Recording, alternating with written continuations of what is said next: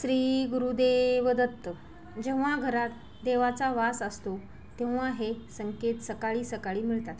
जर तुम्हाला रोज सकाळी हे संकेत दिसले तर समजून जावे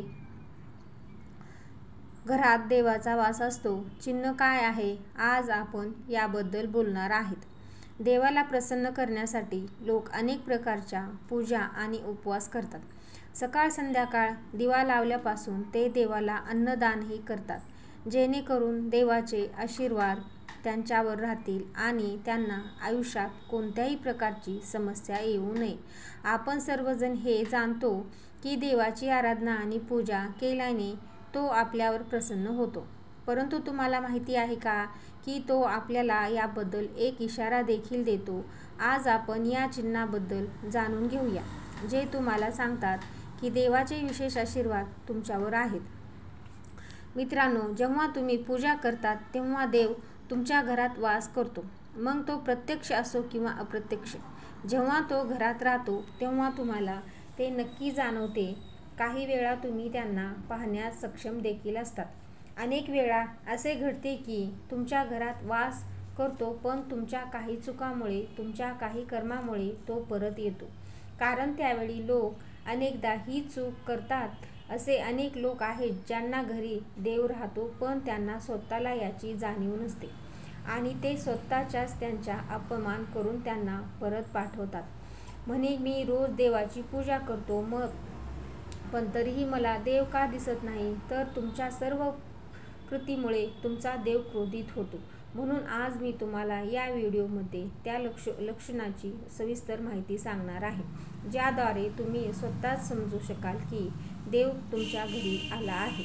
चला तर मग तुम्हाला या व्हिडिओमध्ये त्या लक्षणाची सविस्तर माहिती सांगणार आहोत, ज्याद्वारे तुम्ही स्वतःच समजू शकाल की देव तुमच्या घरी आला आहे.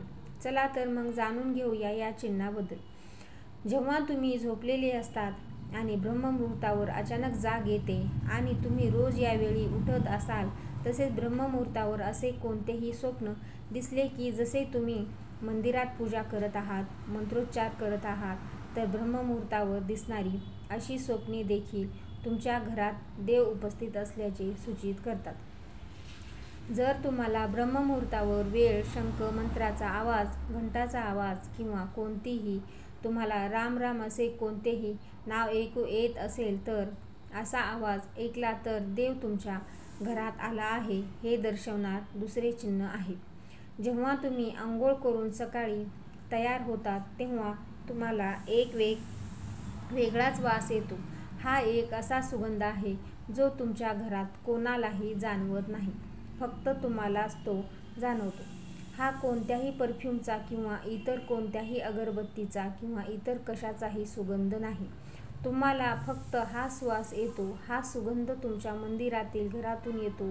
तुम्ही तुमच्या घरातील मंदिरात जितके जवळ जाल तितके हा सुगंध वाढत जातो. तर मित्रांनो, हा वास देवदेवतांचे आहे, ज्यामुळे तुम्हाला कळते की तुमच्या घरात देवाचा वास आहे. त्याच्या उलट असा जेव्हा नकारात्मक ऊर्जा घरात येते तेव्हा तुम्हाला घरातून दुर्गंधी येऊ लागते. पण जेव्हा देव वास करतो आणि सकारात्मक ऊर्जा प्रवेश करते तेव्हा तुम्हाला सुगंध येऊ लागतो, जो तुमचे हृदय पूर्णपणे मोहित करतो. जेव्हा तुम्ही पूजेला जाल तेव्हा त्याच वेळी जर कोणी जीव म्हणजे कुत्रा, मांजर, गाय किंवा अन्य कोणी असेल किंवा एखादा साधू तुमच्या दारात येतो आणि आठवड्यातून वारंवार घडत आहे, हे तुमच्या पूजेच्या वेळी येत असतील, तर याचा अर्थ असा होतो की देव तुमच्या घरी दार ठोठावत आहे. हे कारण गाय हे सुद्धा गायीचेच रूप आहे.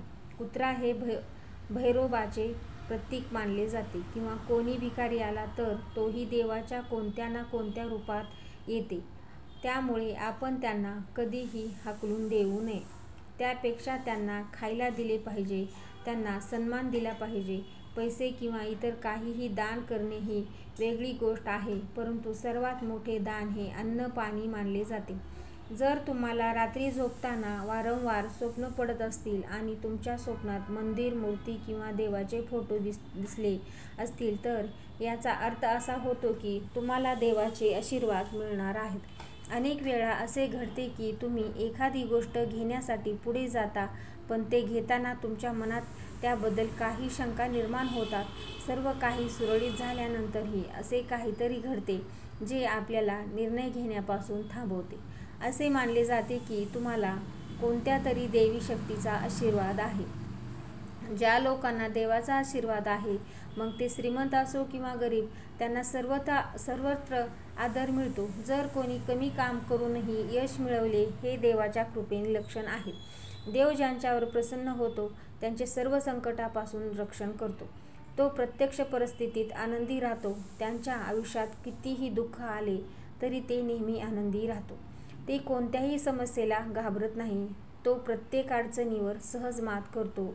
घुबड पाहणे शुभ. हिंदू धर्मात घुबडाला खूप महत्त्वाचा दर्जा देण्यात आला आहे. घुबडाला लक्ष्मीचे वाहन मानले जाते.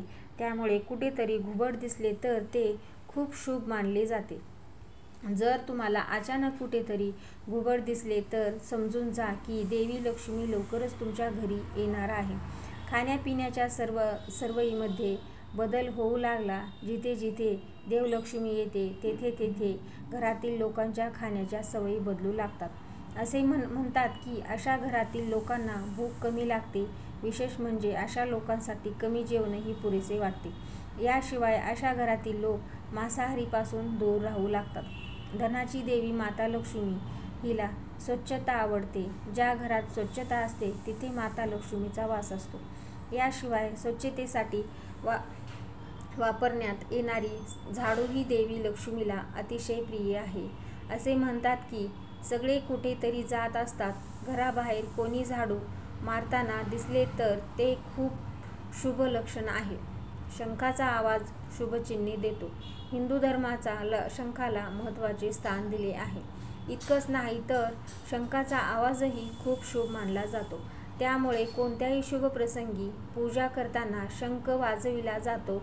सकाळी उठल्यानंतर शंखाचा आवाज ऐकू येत असेल तर ते शुभ लक्षण आहे. असे मानले जाते की सकाळी उठल्यानंतर शंखध्वनी ऐकणे हे आपल्या घरात देवी लक्ष्मीचे आगमन दर्शवते. सलग 3 दिवस घरातून बाहेर पडताना तुम्हाला नीलकंठ पक्षी दिसला तर समजून जा की देवाने तुमचे ऐकले आहे.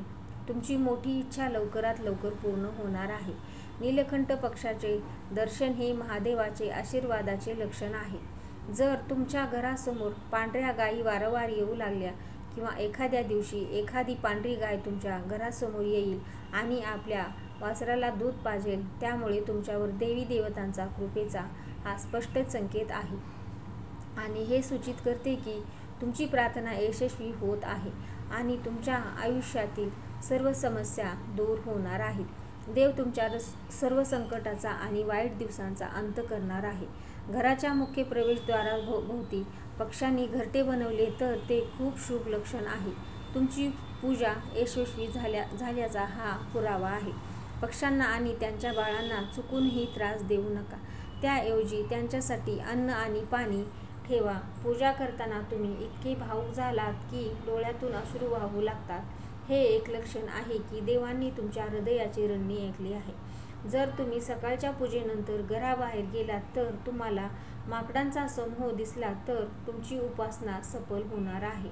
हे देखील सांगते की देव तुमच्यावर दयाळू आहे. त्या माकडांचा समूह दिसला तर तुमची उपासना सफल होणार आहे. हे देखील सांगते की देव तुमच्यावर दयाळू आहे. त्या माकडांना खायला देण्याचा प्रयत्न करा. पूजेच्या वेळी घरात पाहुणे येणे हे देखील देवाच्या आशीर्वादाचे लक्षण आहे. जर पाहुणे भेटवस्तू घेऊन आले तर हे स्पष्ट लक्षण आहे की देवांनी तुमची पूजा स्वीकारली. पूजेच्या वेळी लावलेल्या दिव्याची ज्योत अचानक वेगाने पेटू लागली तर समजून घ्या की तुमची पूजा यशस्वी होणार आहे आणि देवाच्या कृपेने तुमचे दुःखाचे दिवस लवकरच निघून जाणार आहे. जर तुम्ही अनेकदा पहाटे 3 ते 5 च्या दरम्यान म्हणजेच ब्रह्ममुहूर्तामध्ये उठत असाल तर ते देखील देवाचे लक्षण आहे. म्हणजे जर तुम्ही ब्रह्ममुहूर्तावर उठला तो देव तुझ्या भक्तीने प्रसन्न होतो. जी व्यक्ती रात्री 3:20 अचानक उठते त्यामुळे याला क्षुल्लक बाब समजू नका. हे चिन्ह खूप शुभ मानले जाते. असे मानले जाते की रात्री 3 वाजल्यानंतर देवी देवतांच्या शक्ती जागृत होतात. ज्याला खूप काही सांगायचे आहे अशा परिस्थितीत असे लक्षण आहे की तुम्ही वारंवार 3 वाजल्यानंतर जागे व्हाल. त्याचबरोबर रात्री 3 वाजल्यानंतर देवी देवतांकडून मागितलेले वरदान कधीच रिकामे होत नाही. देव तुमची प्रार्थना नक्कीच ऐकतात. जर तुम्हाला तुमच्या स्वप्नात उंच पर्वत आणि तेथून वाहणारा धबधबा दिसला आणि जर तुम्ही हे पाणी प्याला तर तुम्हाला नक्कीच यश मिळेल. तुमच्या शिक्षणाचा योग करून कुटुंब चालवता येत असेल तर ते केवळ भगवंताच्या कृपेने शक्य आहे.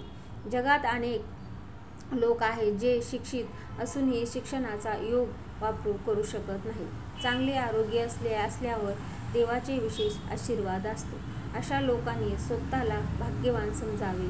जर तुम्हाला तुमच्या आयुष्यात योग्य जीवनसाथी मिळाला असेल तर हे देखील केवळ ईश्वराच्या कृपेने शक्य आहे. एक चांगला जीवनसाथी तुमचे संपूर्ण आयुष्य आनंदी करू शकतो, पण जर तुम्हाला वाईट जीवनसाथी मिळाला तर संपूर्ण आयुष्य मारामारी आणि संकटामध्येच जाते. एखाद्या व्यक्तीचे मूल आज्ञाधारक असेल तर ती देखील देवाची कृपा असते. अन्यथा आजच्या युगात बहुतेक लोक त्यांच्या मुलामुळे दुःखी आहेत. ज्यामुळे योग्य आणि अयोग्य फरक करण्याची क्षमता असते त्यांना त्यांच्या प्रमुख देवतांचे आशीर्वाद असते.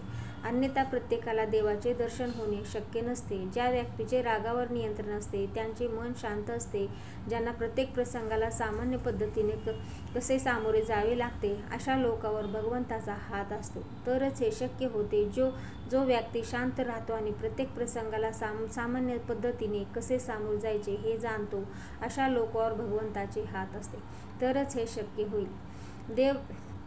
देव त्यांच्या वास्तविक रूपात आपल्याला दिसत नाही, पण काही लोक असे आहेत ज्यांना देवाच्या बरोबरीचे मानले जाते. यामध्ये पालक, गुरु किंवा ब्राह्मण यांचा समावेश होतो. पूजेच्या वेळी यापैकी कोणतेही तुमच्या घरात प्रवेश करीत असेल तर ते अत्यंत अशुभ मानले जाते. पूजेच्या वेळी देवाच्या मूर्ती किंवा मूर्तीवरील एखादे फूल किंवा हार तुमच्या जवळ पडले तर त्यांना रिकाम्या हाताने घरी परत करू नका. त्यामुळे हे अत्यंत शुभ संकेत आहे. हे दाखवते की देवाचे आशीर्वाद तुमच्यावर आहे आणि तुमची